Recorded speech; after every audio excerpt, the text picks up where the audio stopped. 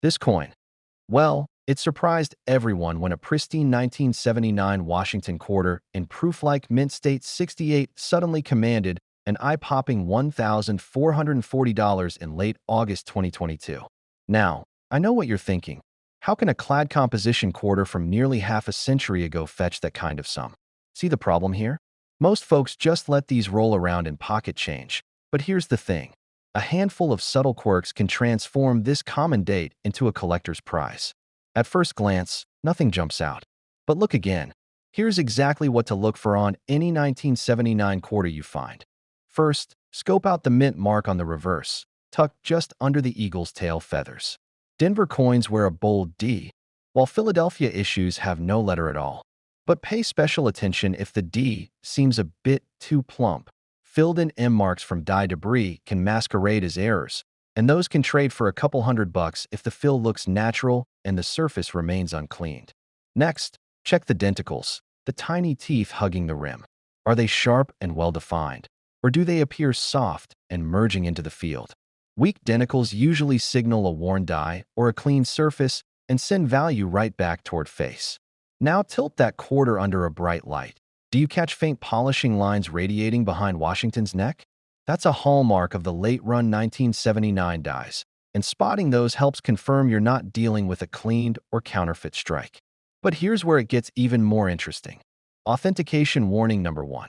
Date swappers have been known to graft a crisp 1979-9 over a worn-down 1976, hoping you won't notice the slightly raised edge or uneven patina around the digit. You'll want to check your collection for that. Run your fingernail gently across the date, looking for any hint of tooling or an underlayer of grime. What's wild is that roughly 1 in 10,000 of these quarters carries a genuine minor double die obverse, where you'll spot a faint ghost image of the date numerals or Washington's profile if you catch it at just the right angle. I've seen plenty of these lying around. The first time I really took one seriously was at a small club meet last spring. A collector pulled out a quarter he'd grabbed from a vending machine and casually remarked, "I'm sending this one in. It looks odd." We all peered at it. And sure enough, the doubling on the 1 in 1979 jumped right out under the loop. That coin ended up graded MS63 and brought 3 times the going rate. So, let's talk numbers. In everyday circulated grades, you're looking at roughly 30 to 85 cents. Yes, under $1. Jump into about uncirculated, say AU55 to AU58, and you'll see these trade for around $2 to $3 a piece. Then once you hit mint state territory, MS60 to MS62 coins drift into the $5 to $7 bracket. MS63 pulls around $10 to $12. MS64 sits in the low teens. At MS65, you're in the $20 to $25 range, and MS66 pieces can push into the mid-20s or even low 30s if they've got killer luster. Then, this is the kicker. MS67 is a different beast. Those command well over $100, and any MS68 specimen, even just a single certified survivor, will shatter expectations and could leap into the thousands. You wouldn't expect that, would you? Especially when you consider over 600 million were struck at Philadelphia, plus nearly $500 million at Denver. Common as dirt in lower grades, sure, but once you wade into those high-grade waters, the population plunges from the tens of thousands to a few hundred at best, and that tiny cohort is exactly what drives the big-ticket results. Now, here's what you never hear about in most dealer listings. The 1979 obverse die carried a subtle misalignment on about 1% of strikes, shifting Washington's portrait just a hair clockwise. It's so slight that, without a loop and a steady hand, you'd swear it's normal. But for registry collectors chasing every micro-variety, that half-degree tilt can add 20 to 30% to a high-grade coin's value. You'll want to check your hoard for this tilt, because when you find it, you're not just holding a red-hot quarter, you're clutching a mini rarity in plain sight. And there's another surprising detail. Some 1979 quarters show evidence of a secondary polishing stage on the dies themselves, leaving microscopic looping lines in the field around the eagle's legs. That feature often goes unnoticed until you photograph the coin under magnification, but once revealed, it tells seasoned collectors you're looking at a late-wave strike, and they'll pay a premium for those slickest examples. Let me tell you about the time I stumbled on one of these. I was sifting through a junk box at a yard sale, There were buckets of common date quarters, and I figured I'd hunker down, roll through a few dollars worth.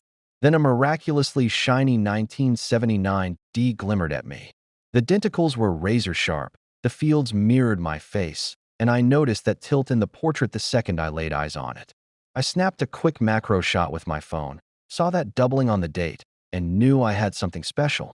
I walked away with that roll for $10, sent the standout coin off for grading, and walked into my local coin shop a month later with an MS67 that netted me over $120. Not bad for pocket change, right? So what's the takeaway? You'll want to check your collection for this, because a 1979 quarter can be just another 25 cents, or it can be the coin that makes you pause and double over your loop. And here's the thing. Finding an MS64 proof-like or even an AU58 cameo in your everyday change opens the door to easy extras. $10 to $12 where most people see spare change. That's real, tangible value hiding in plain sight. Now, I know you're thinking, is it really worth all that effort for a quarter? Well, here's what you never hear from casual coin-picking videos. This isn't about striking it rich on every find. It's about the thrill of spotting that one outlier, the education you gain when you learn to read the details that most people glaze over.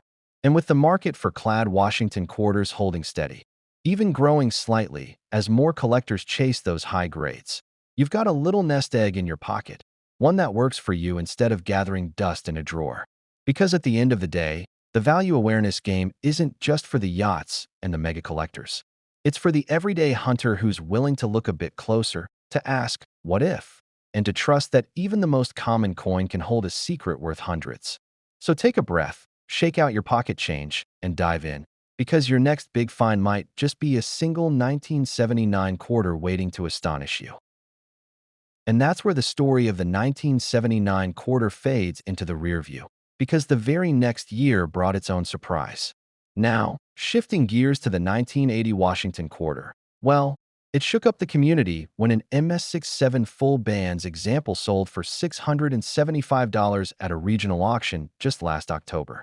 You wouldn't expect a clad quarter from the dawn of the Reagan era to command that kind of premium, would you? But here's the thing. Once you know what to look for, 1980 can be every bit as rewarding as its 79 cousin. This coin, well, it has its own secret language. At first glance, it looks identical to all those pocket change quarters you've been hoarding. But look again. Here's exactly what to look for on an unassuming 1980 D quarter. First, full bands on the reverse. Those horizontal bars running through the eagle's tail feathers should be crisp, unbroken, and mirror bright. If they're full, you've got yourself one of the scarcer FB pieces, and that alone bumps you up several grade levels worth of value. Next, focus on the obverse. The word Liberty should have clean serifs, not blobby or merged. A weak die strike here can round off those serifs, and believe me, collectors spot that in a heartbeat. Now, tilt your coin under strong light. Do you see a spider web of tiny hairline cracks on the fields near Washington's jawline? Those are die cracks, and on 1980, it's not unusual to find a distinct crack running from the neck into the field. But the really rare ones show a diagonal crack crossing from the rim at 6 o'clock up through the tip of Washington's hair, almost like a jagged lightning bolt. If you find one of those, hold on tight, because you're staring at a mini rarity that once sold for over $300 in an MS65 grade. But here's the catch. Authentication red flag number 1. Some less scrupulous sellers have dipped lower-grade quarters in acid to simulate that brilliant, proof-like flash, and then claim they're cameo proof-like specimens. You'll want to check your collection for that, because an acid-dipped coin loses microscopic surface detail. Run your fingernail lightly across the high points. If it sticks or scratches more easily than a truly brilliant specimen, you've probably got an altered coin, not a real PL/CM. And if you see tiny pits where luster should be smooth, that's another giveaway. What's wild is that in 1980, Denver and Philadelphia dies were polished mid-run to remove die rust, creating a secondary ghost relief of Washington's profile on a small subset of strikes. I've seen plenty of these on the dealer's tray, and the first time one caught my eye was at a small club swap.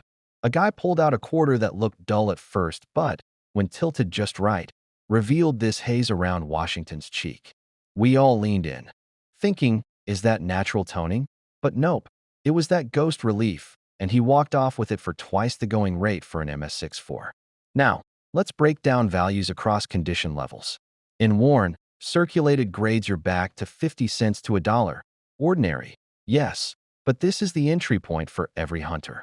Once the coin shows only light contact and retains over half its original luster, that's AU55 to AU58, you're in the $2.50 to $4 zone. And in mint state, here's what you're looking at. MS60 to MS62 will fetch around $5 to $8, depending on strike strength. MS63 sits near $12 to $15. MS64 typically lands between $18 and $22. MS65 climbs into the mid-40s if the bands are full. Hit MS66FB, and suddenly you're in the $125 to $150 bracket if the bands pop and the surfaces are clean. And those rare MS67FB pieces, they hover around $350 to $400 at major auctions. It's a steep climb, but every step up the grading ladder carries more weight here than on most other clad quarters. So you're thinking, why does an ordinary-looking coin from 1980 matter? Here's a surprising detail. The Philadelphia Mint in 1980 produced a tiny batch of experimental satin finish quarters, roughly 2,000 struck, intended for internal testing. They slipped into general circulation when an employee accidentally loaded them into a hopper. Only a handful have surfaced, and each one is a one-off. Spotting one in pocket change is like lightning striking twice in the same place. And even a worn satin specimen has netted $1,200 in recent private sales. Now that's wild. And let me tell you about a discovery scenario that still gives me chills. Last winter, I was at my local bank dropping off a CoinShow deposit. The teller handed me a wrapper of mixed quarters, and one immediately glowed differently under my loupe. The bands were razor sharp, but the surfaces looked slightly matte. I called over a friend. He nodded, and I slid that satin finish quarter into an envelope for grading. 2 months later, the certificate came back. MS65 satin finish, the only one of its kind in private hands. That roll cost me $5 face value. You do the math. Of course, with over 590 million struck at Denver and another 295 million at Philadelphia, most 1980 quarters are as common as they come. But once you lock onto those full bands, die cracks, cameo proofs, or satin finish misfits, your odds of stumbling on real value skyrocket. You'll want to check your stash. You never know which coin has that hidden feature. Now, let's wrap this up, but here's what you never forget. Both 79 and 80 quarters play on the same stage, yet each brings its own set of quirks. From filled-in mint marks to that half-degree tilt, from ghost reliefs to satin finish oddballs, the magic lies in the details most people let slip by. By paying attention to denticles, die cracks, and the all-important full bands, you'll turn ordinary change into a treasure hunt. And in the end, the real thrill isn't just the dollars you might pocket. It's the story you carry. The feeling of holding a coin that's a tiny time capsule, a piece of history with a secret waiting just for you. So go ahead, empty that change jar, roll through those quarters under a bright lamp, and let your loupe guide you.